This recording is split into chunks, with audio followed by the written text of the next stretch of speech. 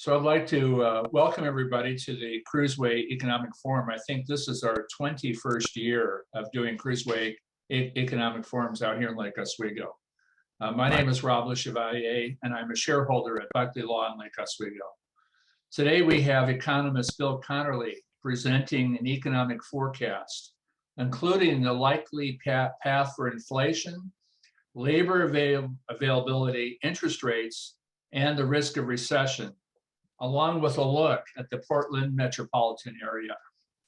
Just a little housekeeping before we get started.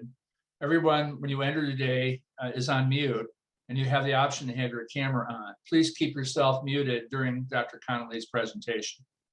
If you have any questions during the presentation, please type them into the chat box in your Zoom control panel or ask them at the end. Amber will monitor that box and have time for questions at the end of the presentation.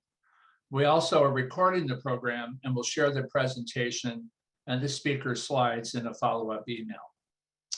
I also want to thank our sponsors of the Kruse Economic Forum, and that's Buckley Law, Hoffman, Stewart & Schmidt, UBS Financial Services, Columbia Bank, Pragma Group, JLL, Shorenstein Realty Services, Pamphlet Media and the Lake Oswego Review, and last but not least, the Lake Oswego Chamber of Commerce.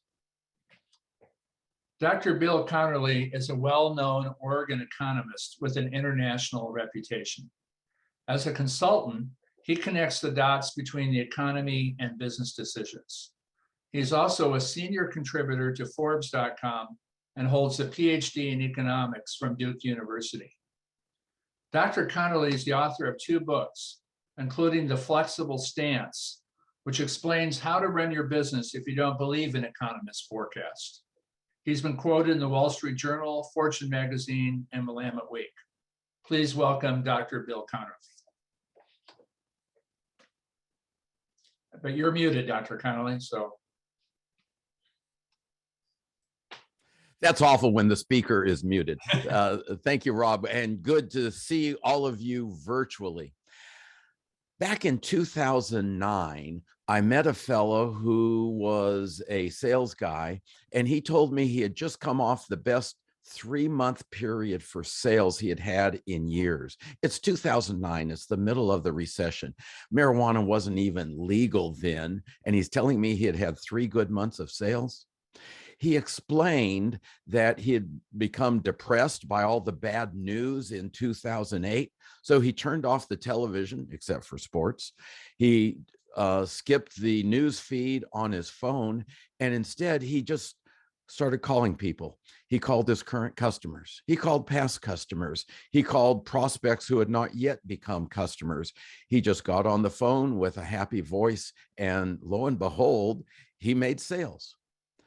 The lesson from him for all of us is that the economy is not your destiny.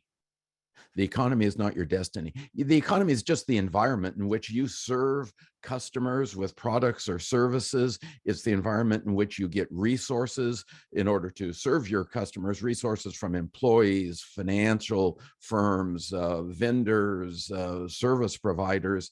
The economy is just an environment, and what you make of it is up to you. In today's presentation on the economy, I encourage you to think about what the decisions you will be making in 2022 and on into 2023, later years as well. What are the decisions you'll be making, and what does the economy mean for that? The plan of action for today is to talk about labor and supply chains and what limitation that will be for the economy, the current economic outlook, the risks that we are facing, and then I'll drill down into the Portland metropolitan area. With that, the biggest issue we have right now is the labor market. There we go, labor market. And the odd thing here is that we have fewer people working than we had in 2019, even though we've got help wanted signs everywhere. Normally, there are more unemployed people than open positions. That's not the case now. One of the best questions I got in the last year has been a company president said to me, Bill, the people who were working in 2019, where did they go? Well, most of them are still working, 90-something% of them. A few million took early retirement. They were perhaps afraid to go into the workplace, or the pandemic just led a lot of people to say what's important in life. And for some people, going into work was not an important thing in life. Imagine that. So there were the early retirees. There were a number of people who had to stay home to watch children as the daycare and the schools closed, and then the schools reopened, but not reliably. We're now getting those people back to work. Some people avoided work because of fear of COVID. That is diminishing with vaccines and the natural immunity from those who have experienced COVID. And then there's a fourth group of people who were less likely to work, and those are the people who work when they need money. It's sort of like obvious that we all work for money, but some people work because there's a strong sense of satisfaction. They like the team environment. They like, at the end of the day, knowing that they've accomplished something. Other people, it's just a paycheck. And if they've got money in the bank, they don't have to worry about going into work. What we have seen in the last couple of years is improvement in employment. It's growing every month. I think it will continue to grow. The fundamental of early retirements, a few of those people are coming back to work now. The schools are open more reliably, so parents are going back to work. There's less fear of COVID. And finally, the stimulus money is farther in the past. So those people who are making a decision about whether to work based on their bank account are increasingly having to go to work. So it sounds better. It will be gradually better. But let me caution you that we were in a tight labor market before the pandemic. January of 2020, when there were one or two news reports about a new virus in China, every business leader I spoke to said, we have a tight labor market.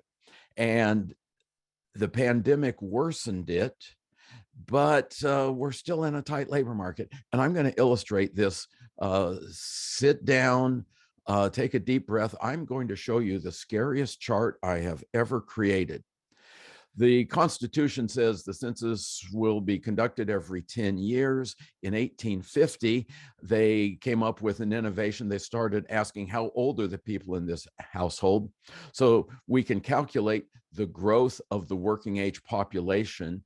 The first data point is 1850 to 1860. You have to do a little bit of arithmetic, but I have modern calculating device that allowed me to do this. Now, I know some of you conservatives are a little bit nervous about calculating devices based on Chinese technology, but it's actually a Japanese implementation that my father brought back after the war. So we had moderate population growth, early 1900s, and then the baby boom. And let me remind you, the baby boom was not just 1946 when soldiers and sailors came home from the war and made up for lost time. The baby boom was a period from 46 through the early 60s of very high birth rates, large families, and the first wave of baby boomers hit their working age years. And then a decade later, the second wave of baby boomers hit their working age years.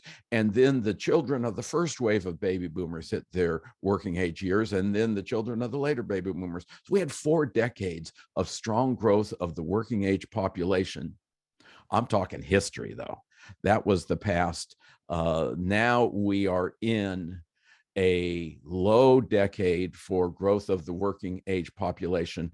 The figures here are based on Census Bureau projections made 5 years ago when immigration was significantly higher than it is. So reality is even worse. This is the lowest growth of the working age population since the Civil War. The lowest growth of the working age population since the Civil War, when we were killing working age people and foreign immigration. I mean, who wanted to immigrate into a war zone? It's going to get better. In about 2050, things will pick up a little bit. So if you want to run your business in a easy to hire labor market, you should watch your cholesterol, get regular exercise. You need to live another 20, 30 years to see that easy labor market. When we meet again in hopefully the Kruse Way Economic Forum will keep meeting every 6 months, but the meeting that we have in 2030, and I hope I'm invited back, will be characterized by businesses that have succeeded in employee retention, recruiting, and productivity. The businesses that show up will have succeeded at employee retention, recruiting, and productivity, because the rest of the businesses are going away. That will be the critical issue. Now, let's go back and talk about the supply chain problem. This chart shows the portion of purchasing managers at factories reporting slower than normal deliveries. You can see that things have gotten better. They're not as bad as they had been. The supply chain problems are maybe 80%, perhaps even 90% labor problems. So one of my clients uses a lot of brass in their company, and they realized that their raw material was running a little bit low. And so they called up the brass supplier and they said, hey, we ordered some brass a month ago. Where is our brass? And the supplier says, oh, your brass is sitting on a flatbed truck. The supplier was located about 1,000 miles away from the client. And the supplier said, as soon as we can find a truck driver, you'll have your brass. So that's a supply chain problem that was actually a labor problem. Another company saw strong demand for its final products. It called up one of its suppliers and said, hey, we want to bump up our order next month. And they were told, gee, we'd like to increase your order, but we cannot find more people to hire. This was in, I think, Little Rock. So labor problems are causing supply chain problems. Now, there are also true supply chain problems, such as the lack of computer chips. We need to build computer chip factories, and that does not happen overnight. There are other factories and infrastructure that need to come into place in order to solve the supply chain problem. So the big picture is, I believe the supply chain will gradually improve. Don't look for an immediate solution, but look for gradual improvement in labor availability and supply chains in the coming year and a half, 2 years, but it's not going to be real easy in either of those cases. All right, we've touched on labor and supply chains. Next topic I want to talk about is the current outlook. And the current outlook, we began 2022 with consumers in great shape. Disposable income was strong. It rose in the pandemic. I've followed a lot of recessions over my years. Some I've lived through, some I have studied, and it is rare to have income go up in a recession. Like, is this a recession? But income went up from the stimulus payments. You can see in the blue line 3 separate peaks of stimulus payments. Spending went down. Some of it was people could not legally do the things that they wanted to do, go into restaurants and the like. And some of it was personal choices that people made. They were nervous, and even when they could go to restaurants, they were a little hesitant to. But this difference between income and spending, and I'm going to throw a complicated concept at you here. The difference between income and spending is savings. Have you heard of that? I was testifying at the Oregon legislature some years back, and I thought I should define the term. Savings is when you don't spend all your income, and the distinguished members of the legislature are like, don't spend all of your income. How does that work? Anyway, consumers entered the year 2022 with more money in their bank accounts, and with their credit card balances having been partially paid down. So consumers have money in their banks and they want to spend. Businesses similarly are placing orders for capital goods, machinery, computers, heavy equipment, light equipment. So let me tell you a story about Betty. That's not her real name, but Betty was a little blonde-haired girl of 8 years old when her grandfather invited her to come to his company. Once a year, the grandfather who owned the company had Employee Appreciation Day, and Betty was invited to come and hand out slices of cake to all of the workers after they had their lunch. It was a substantial responsibility for an 8-year-old girl, and Betty was proud to do the job. She was also very happy to get a slice of cake at the end. So she let it be known that she was happy to come back every Employee Appreciation Day. She did that, and then at age 16, she called up her grandpa and said, "Hey, what about a summer job?" And he said, "Yeah, we'll find something for you to do." And then after school, she worked full-time. It has been many years since she was an 8-year-old girl. Now she owns the company. And because she has been there so long, she feels an obligation to keep those employees working. So 3 years ago, she did not want to hear about automation. She did not want to hear about outsourcing. Her responsibility, she felt, was to keep her workers working.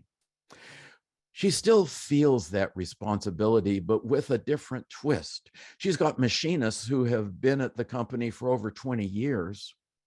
She knows she cannot keep those machinists working unless she can find somebody to work in the assembly department, and it's hard to find people to work. She's got a purchasing manager who's had different jobs at the company for over 30 years. The purchasing manager cannot keep her job unless Betty can find somebody to work in the shipping department. So the tight labor market is threatening the existence of the current jobs.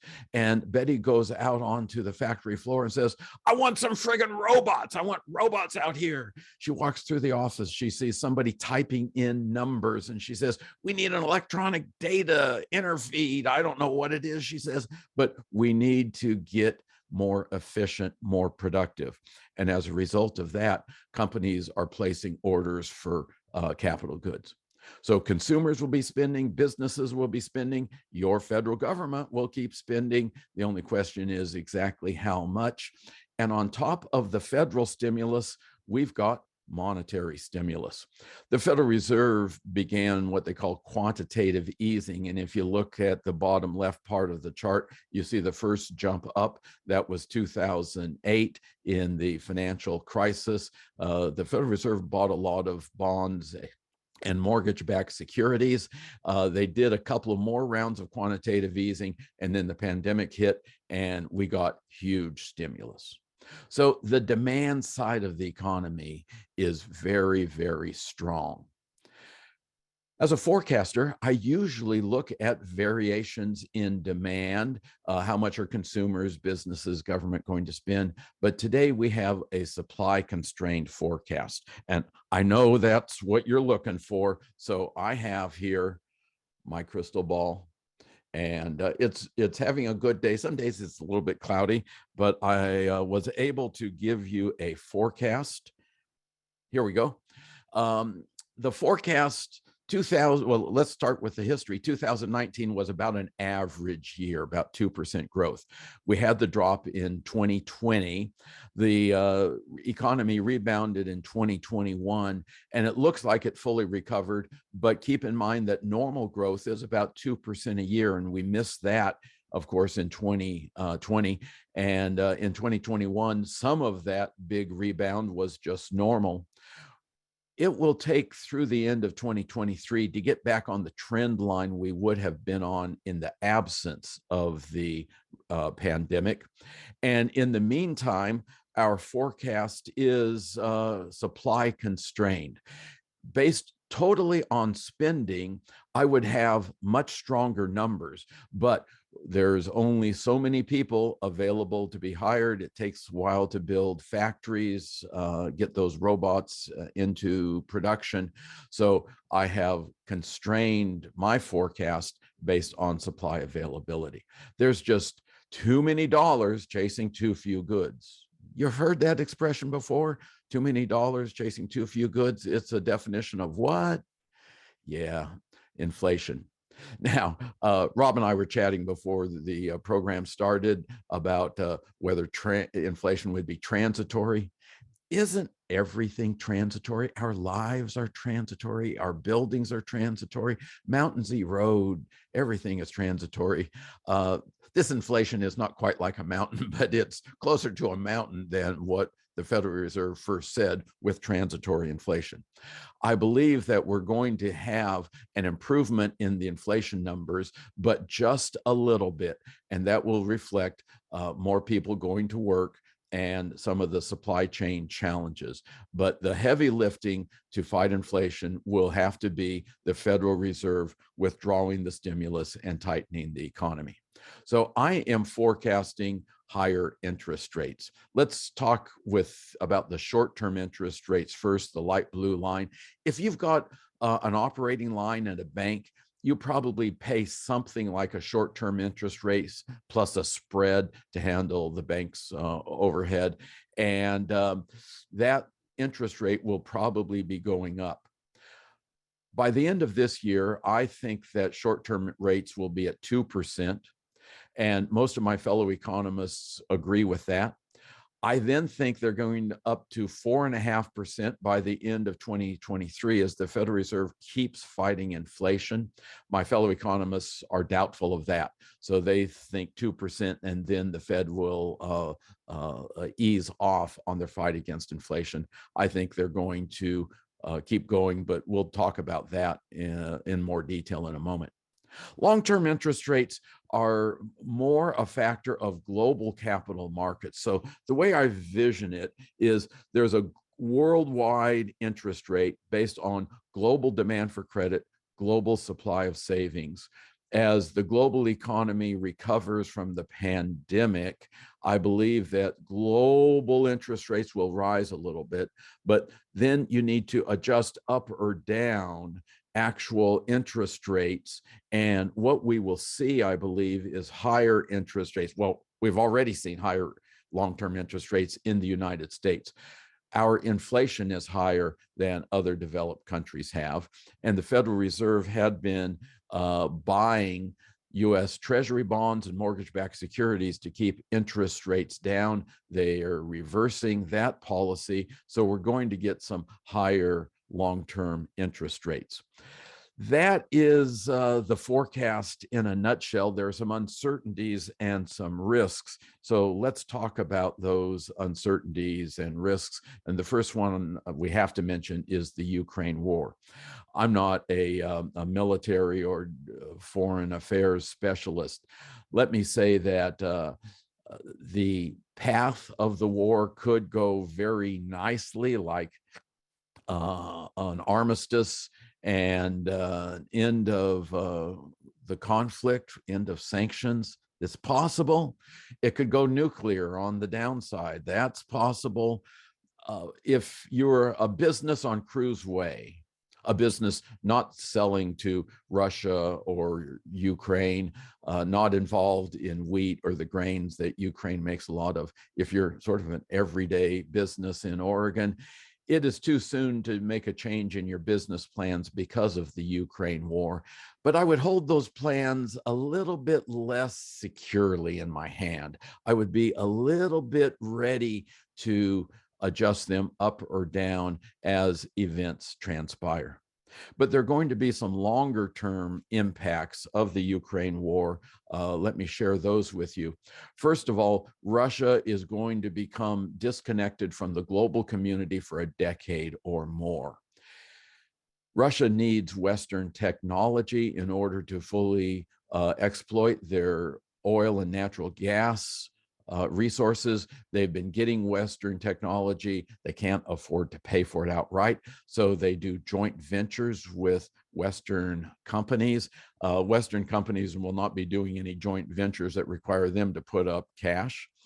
In addition, Russia has been producing some products for Western companies, and Western companies will say Russian suppliers are not reliable. And Russia has been getting some Western components for their finished products. So just for fun, I went online to look for Russian tractors. Now, I am not in the market for a tractor, Russian or American, but I looked at the Russian tractors, the best-selling Russian tractors, and they have engines made by Mercedes or Cummins, a German company or a US company. They have other parts from Bosch and Dana. So Russian manufacturers are using Western parts, which means the Russian buyer is not sure that he or she will have access to repair parts, wear parts, upgrading the technology as things change. So I believe Russia is going to be separated and will suffer harshly for a decade or more. Europe will have slightly slower growth. Oil prices will be on a higher path than they otherwise would have been.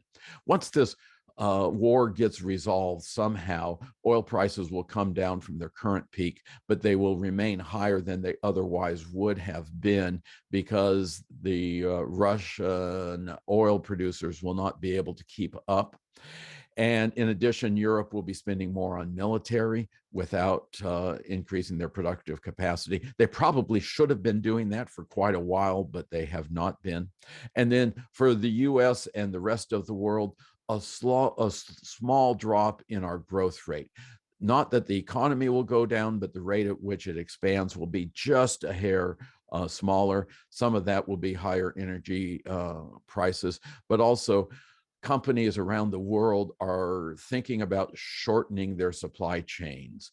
They had problems, the Japanese tsunami, the floods in Thailand, then the pandemic rattled supply chains. The Russia-Ukraine war did further damage to the idea of long, complex global supply chains. This does not mean that companies are going to suddenly go nearshoring or onshoring, but it means that when they have a choice to make, things could go one way or the other.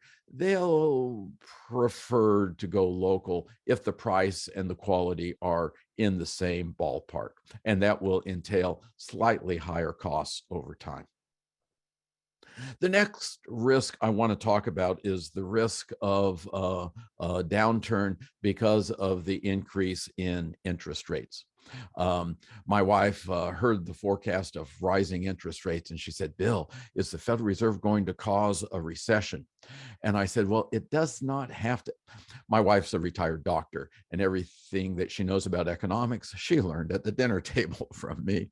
And so I said, the Fed does not necessarily have to cause a recession if they, number one, get the timing of the tightening right.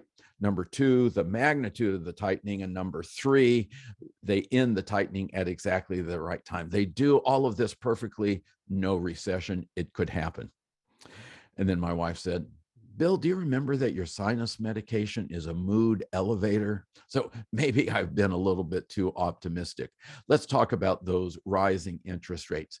The challenge that the Federal Reserve faces is that there's a significant time lag between cause and effect, about 2 years from when the Federal Reserve takes action and we see a change in inflation. But the time lag to a change in employment is much shorter, about 1 year. So we are starting to, the Federal Reserve is starting to tighten this spring. They will continue tightening. What position will they be at in the summer of 2023, a year and a few months from now? They will not be seeing inflation down very much, a little bit, but still 6% or so. But they will see weakening employment. And the Federal Reserve does not want to see weakening employment. So they've got a choice to make. They can either stick with their inflation fighting or they can ease. If they stick with the inflation fighting, they risk hurting the job market. And the Federal Reserve really likes running the economy hot. This has been, after all, this has been the best job market ever for high school dropouts with prison records. Now, I know most of you who have employees do not go looking for a dropout with a rap sheet, but sometimes a business hires what they can find. And it's something the Federal Reserve likes, that disadvantaged people can find jobs. And I like it too, it's wonderful, but they have had a bias to running the economy hot, and they're going to have to fight that bias. If they do not tighten the economy, if they give up the fight against inflation after a year, inflation will become more embedded, harder to fight, and eventually we'll have a more severe recession. The odds of a recession this year, very, very low because there's so much stimulus in the system and it takes some time to work through. The odds of a recession in 2023 are low, especially in the first half, rising in the second half, and then the risk in 2024 is significantly higher. And if the Fed misplays its hand, we could have a more severe recession in like 25 or 26. One of the things, so I'm not sure what the Fed is going to do. I believe that the Fed is going to keep fighting inflation. The lessons from the 70s and early 80s are very strong, but this is one where I'm not positive. It's a 60-40 kind of split. I think 60% probability they keep fighting inflation. So in one sense, we have to roll the dice and see what happens. One of the things we economists know for sure is that economies with low inflation tend to have stable growth. Low inflation, stable growth. Economies with high inflation tend to go up and down, partially because of these time lags where the Fed has to look ahead at what is going to happen. Let me give you an illustration. This chart shows the change in the economy for the 10 years before the pandemic. Inflation averaged about 2%. We had a little bit better, a little bit worse, but the change in the economy was in a very narrow band. What would this chart look like in a high inflation era? Pause a minute. In your mind's eye, imagine what this chart would look like in a high inflation era. And now I'll show you. We have run the experiment. We have seen what the economy looks like in a high inflation era. The economy goes up, the economy goes down, the economy goes up, the economy goes down. And it's a little bit like driving on an icy road. You've been there, icy, snowy. If you keep the car going straight, everything is fine. But once you start to swerve, oh man, you get knocked around and it's hard to keep the car under control. And that's what I am afraid. Our experience has been recessions, significant recessions, but they have been running 7 to 10 years apart for the era when you in the audience were running a business or involved in a business. Except for those of you old enough to have been in business in the 70s and early 80s. But most of our experience has been a relatively stable economy with long periods of economic growth between the business cycles. What we are going to, I believe, is an environment which will have more booms and more busts. The average growth will be about the same, but it will come from strong booms punctuated by severe busts. Here's a way to remember it. In the coming decade, the booms will be boomier and the busts will be bustier. The booms will be boomier and the busts will be bustier. I wasn't sure if that last one was really a word. Typed it into Google. Lost 2 hours of productivity. So let me give you a quick summary here. The labor market will improve a little bit, but will fundamentally still be tight in the coming years. The stronger economy this year and next, rising interest rates, boom bust cycles later. And now those are the risks. I want to focus on what's been going on in the Portland metro area. And I am mostly going to be saying Portland when I mean the metro area, but if I say Portland City, you'll know the difference, but think Portland. So let's look at the facts. This chart benchmarks employment to January 2019 and shows the change from then. US in light blue and Portland in dark blue both had a growth over the course of 2019. In both cases, we had a drop of about 13% on jobs. From January 19, it was maybe 15% when you look at it from the peak just before the pandemic. And both the US and Portland have expanded, the Portland a little bit slower. I think the difference between Portland growth and US growth reflects COVID attitudes. For one thing, we had more stringent lockdowns, restrictions on like indoor dining. restrictions on people gathering indoors than the rest of the country on average, certainly more restrictive than Florida and Texas. And it's not just the government rules, but I think the attitudes here in Oregon were a little bit more cautious reflecting COVID. People voluntarily were a little bit more cautious than they were in Florida and Texas and some of the other states. Unfortunately, COVID policy became politicized. It should not have been, I think. And we wanted to, I think some of our citizens wanted to show which side of the political battles they're on, and their actions reflected their politics as much as their sense of employment, sense of health. So employment has grown a little bit slower, but our pace of growth is good now. And I think that in the next couple of years, we're going to see solid economic growth in the Portland metro area. The suburbs, including Kruse, are doing better than downtown. Businesses feel safer going into the suburbs, and customers feel a little bit safer. Whether that's a long-term issue or short-term issue is an interesting question, but I think the metro area will be doing okay. And, you know, I talked about the chip shortage. That positions the Portland metro area very well, not only Intel, but we have many other suppliers to the semiconductor industry in the Portland area, and the high demand for computer chips will be very positive for our economy.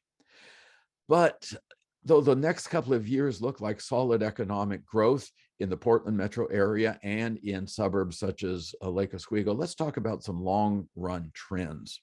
This chart starts in 2000 and shows year by year the population growth in the Portland metro area. And this past year, July 1st, 2020 through July 1st, 2021, a decline of 0.5% in population. We've seen it before. The last time we saw it was, this is sort of a little quiz, from mid-1982 through mid-1983, the Portland metro area lost population. Economic history lesson, 82 was a very, very harsh recession because of the Fed tightening to fight inflation. It was very hard on the housing market. Mortgage rates were very high. Lumber and wood products were in the tank, and we were more of a lumber wood products community at that time, and we lost population. We've lost population again. What is going on? I think there are 4 factors behind this. The first 2 are statewide factors: housing costs and taxes. Housing costs, the people of Oregon decided many years ago to limit development, urban growth boundaries prevent development. I grew up in a suburb of LA, and when people wanted to move to LA, a developer, Kaufman and Broad, bought, in my neighborhood's case, 1 full square mile of bean fields and put houses one after another on 50 by 100-foot lots. It was like a production line of construction. It was affordable housing. It wasn't the $400,000 affordable housing Portland is building. But Portland has decided not to. We do infill, which is more expensive to build, but also the land costs are inherently high because we restrict development. As a forecaster, that is not going to change. Whether we'd like it to change is a subject that should be debated, but practically speaking, over the next 5 or 10 years, I do not anticipate any changes. Housing costs will be high in the Portland metro area. Not as high as Seattle, not as high as San Francisco, whoop-de-doo, but housing costs will be high. We also have high taxes on income, and that is a factor. A while back, a few years ago, I watched a debate between the liberal economist Paul Krugman and the conservative economist Stephen Moore. And at one point, they started talking about why people were leaving the northeastern states, Connecticut, New York, Massachusetts, and moving to Texas and Florida. Stephen Moore, the conservative, said it's taxes, it's high taxes, and there is statistical evidence that people are migrating to states with lower personal income taxes. The sales tax and the property tax do not seem to make much difference in migration patterns, but the personal income tax and capital gains tax rates do tend to make a difference. But Paul Krugman said, no, no, no. It's not high taxes driving people out of the Northeast. It is housing costs. And he criticized the restrictive zoning rules of many communities in the Northeast. And he said Texas and Florida are more open to real estate development. People are leaving for cheap housing.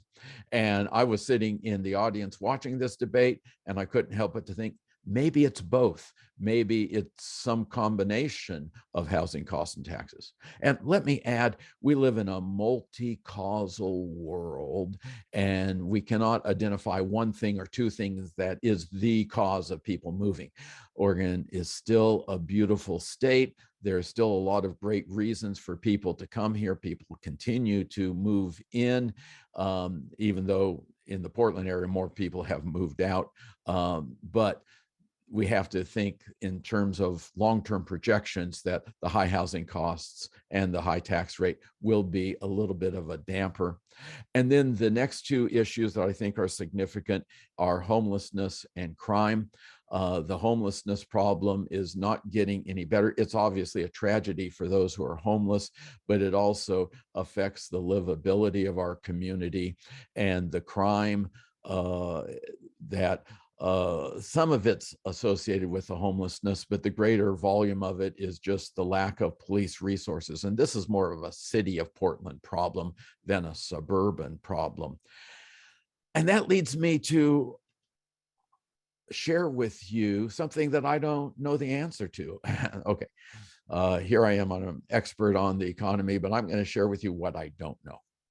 Imagine 3 years ago, a business on Kruse Way, maybe your business, was trying to recruit a new employee from out of town. The person comes in, visits the office on Meadows Road, and you'd probably say, Lake Oswego is a great community to live in, but you wouldn't have been selling Lake Oswego so much as you would have been selling Portland. Downtown Portland, people loved it back then. We had sports, we had concerts, we had great restaurants, a walkable downtown, the river going right through it, Powell's bookstore. The suburbs have been riding on the back of downtown Portland. What happens to the suburbs if the central city of Portland does not recover? I wrote a Forbes article a little over a year ago called Death of a City, the Portland Story ? And I said Portland leadership would adjust and clean up the homelessness and the crime problem. I'm seeing just a tiny little bit of evidence of that, not very much, but maybe a smidgen of evidence. What happens to the suburbs if the city of Portland does not clean up its problems with homelessness, trash, crime? I'm worried about that, not in the short run, not in 2022, 23, 24, but 10 years out. On the upside, there are major metropolitan areas in the country that are not dependent on a downtown. Los Angeles has a downtown, but people don't move to LA because of the downtown. And nobody says, oh, I love LA for its downtown. The beaches, the hills, the lifestyle, sure, but not so much for the downtown. Dallas is another thriving metropolitan area without much of a downtown. That is not the lure. So maybe Portland shifts to be a more suburban focused community, but we have to try that shift, or the city of Portland needs to clean up its act, or I will start being pessimistic about the long run prospects for the Portland metropolitan area. So that's what I see happening. I'm about to take questions. As we get ready for the questions, let me say that I put out a newsletter. Many of you subscribe to it. If you just text the word econ to 42828, I'd be happy to share that monthly newsletter with you. And now let's take some questions.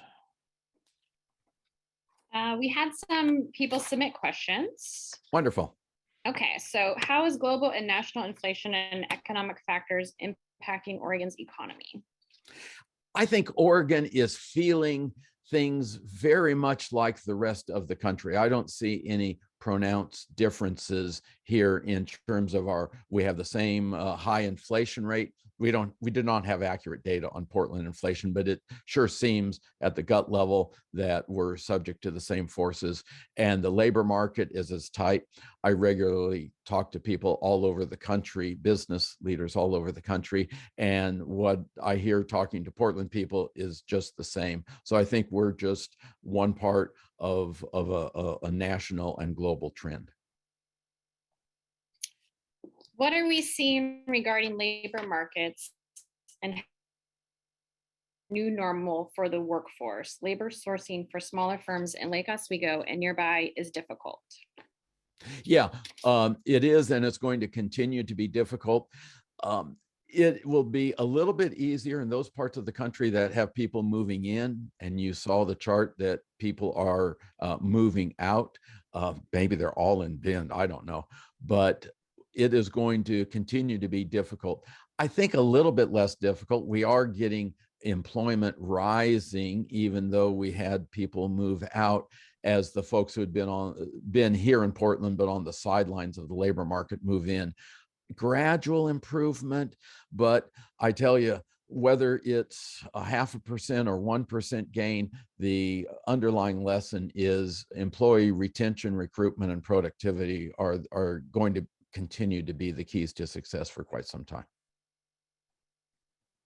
And sort of another question about the labor shortage. Do we need to open up skilled legal immigration to fill the labor shortage? Opening up immigration would help the labor availability. It's a political question. Some people, particularly the business community, says, yeah, bring them in. We need more people. We need high-skilled people. We also need low-skilled people. If you look at an electrician or a plumber working, half of the job ends up being fairly easy stuff, schlepping material from one place to another, drilling a hole in a stud, things that could be done by low-skilled people, and half of it is high-skilled. If the high-skilled person has a low-skilled assistant, productivity goes up. So we would benefit. The downside is some people have a cultural objection to more outsiders coming in. Some people do not like the idea that outsiders will depress wage rates for native-born Americans. So that's the political argument on both sides. But in terms of the pure economics, yeah, business would be a lot easier if we had more immigration. Somebody was asking for the text number for the econ report, but it looks like all right, yeah. 42828, enter that just like it's a phone number. And then we also had a question, in Dr. Conerly's opinion, which candidate for Oregon governor in the upcoming election is best prepared for 2023 and beyond to earn my vote? Oh, interesting question. And let me add, I've got an important message at the end. After questions, I'm going to tell you something important about today's date. But in terms of this, I'm trying to distract you. I'm not going to answer that question. But I was asked an important question by somebody last month, interviewed on some podcast, and she said, is there something a mistake that you see both parties making? And I'm like, yeah, I think the biggest mistake I see political people making is they seem to have greater loyalty to their party than to the people. And I see this of some Democrats, I see this of some Republicans, and that is not good for the people when the political leaders have more loyalty to party than to people.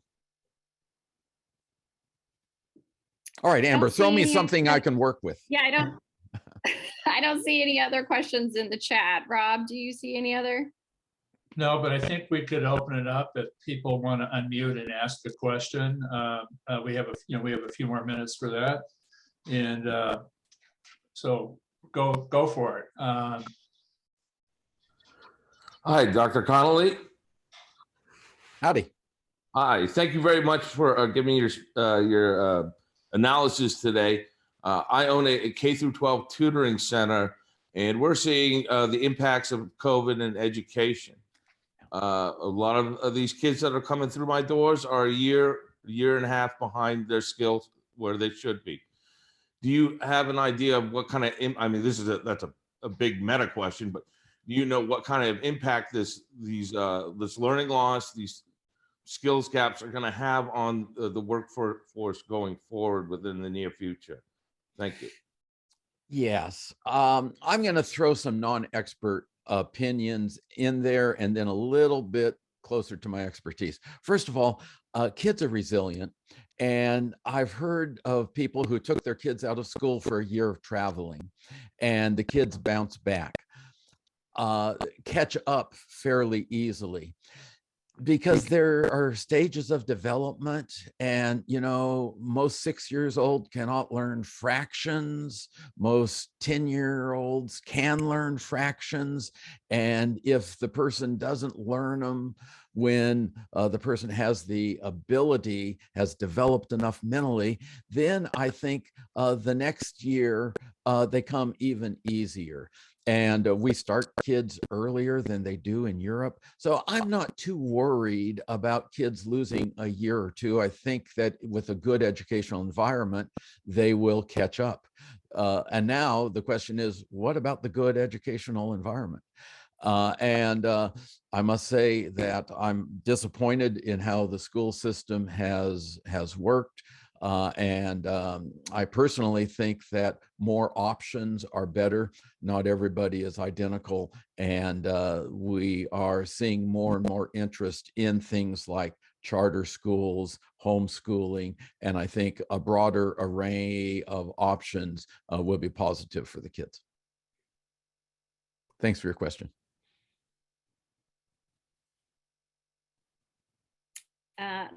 There's one in the chat. How will the Oregon economy react with federal stimulus dollars slow down, stop? Yeah, the states and Oregon in particular have done very well on the revenue side. Governor's Council of Economic Advisors, which I've served on for many years, we met early in the pandemic, and the attitude was mostly doom and gloom. But what we found were two things happening.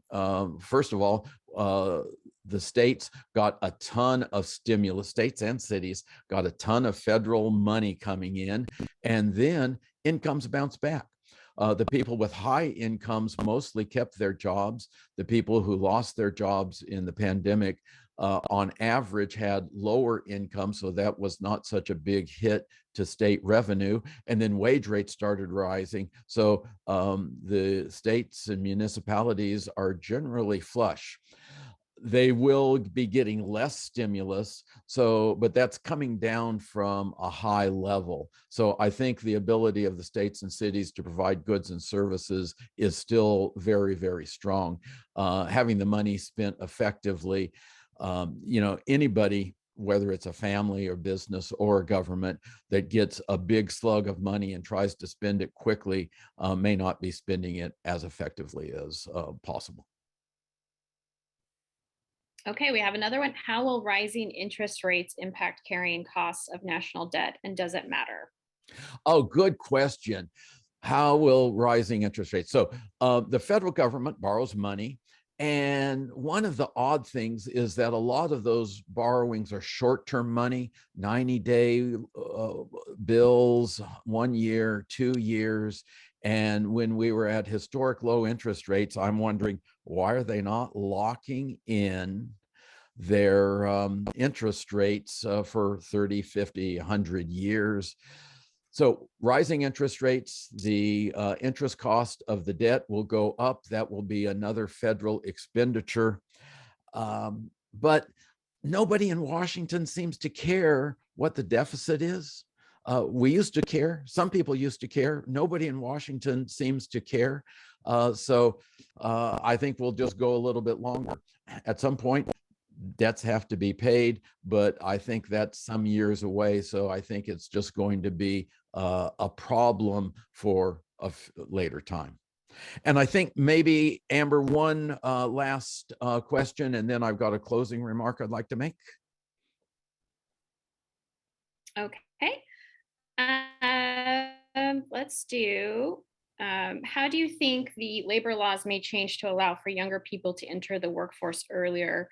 And how will the pandemic affect the younger workforce more or less entering?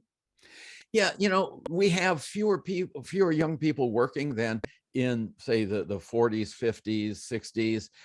We raised ages, and I do not get a sense that there's a desire to change that. I think it's good for people to work.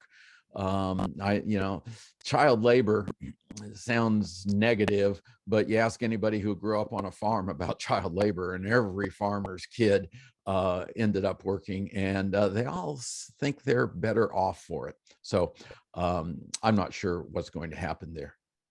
But let me close here. I want to show you my slide here. Getting ahead of myself. It's what, April 19th?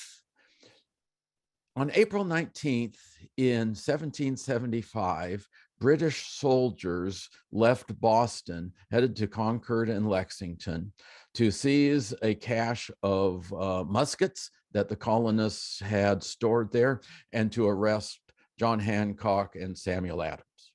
No, not the beer, the revolutionary patriot, Samuel Adams. And in that revolution, since then, we have faced many, many challenges.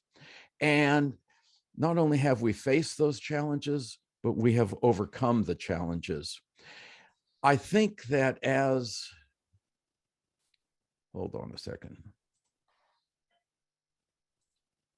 There we go. This was supposed to scroll, but what the heck. As we deal with COVID-19, we will come to see that this is one of a long line of challenges that our country has faced. We have overcome them all.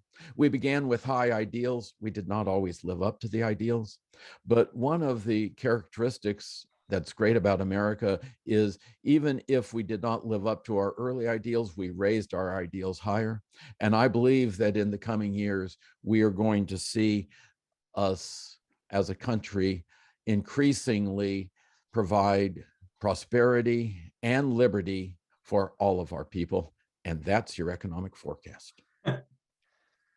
Thank you, Dr. Conerly. I really appreciate your comments and your insights in today. And for one of the questions was asked, we have recorded this session, and the slides and the recording will be sent out to all the people that registered. So we do have this for everyone. We want to thank you for attending. You're going to receive a follow-up email with a survey and a link to the presentation online. And so we would appreciate it if you would fill out the survey and give us your input and give us your feedback. We'll be doing another Kruse Economic Forum in fall of 2022, probably in person in October. And stay tuned, and we'll have more information for that. We're still working on the details of that presentation, but it is going to have something to do with the labor market and the whole remote work aspect that we're seeing. So we'll see what we come up with, but we're putting a panel of speakers together on that. So that's CruseWayEconomicForum.com. And thank you again for your attendance today. And thank you, Dr. Conerly, and everybody have a great day.